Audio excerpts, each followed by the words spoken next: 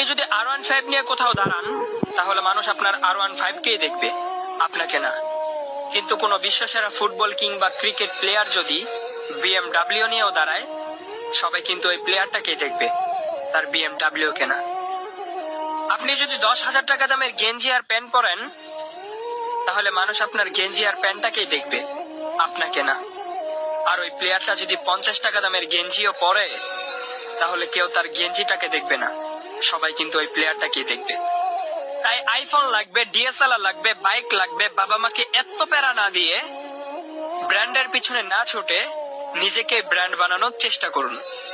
নিজেকে এমন ভাবে তৈরি করে তুলুন যাতে মানুষ আপনাকে ব্র্যান্ড বলতে বাধ্য হয়। আর আপনি যখন ব্র্যান্ড হয়ে যাবেন, তখন আপনার 20 টাকা দামের ছেঁড়া রুমালটাও নিলামে বিক্রি হবে লক্ষ টাকায়।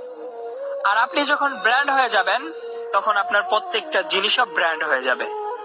তাই নিজেকে ব্র্যান্ড বানাতে হলে নিজের সিদ্ধান্তে চলতে হবে, অন্যের না।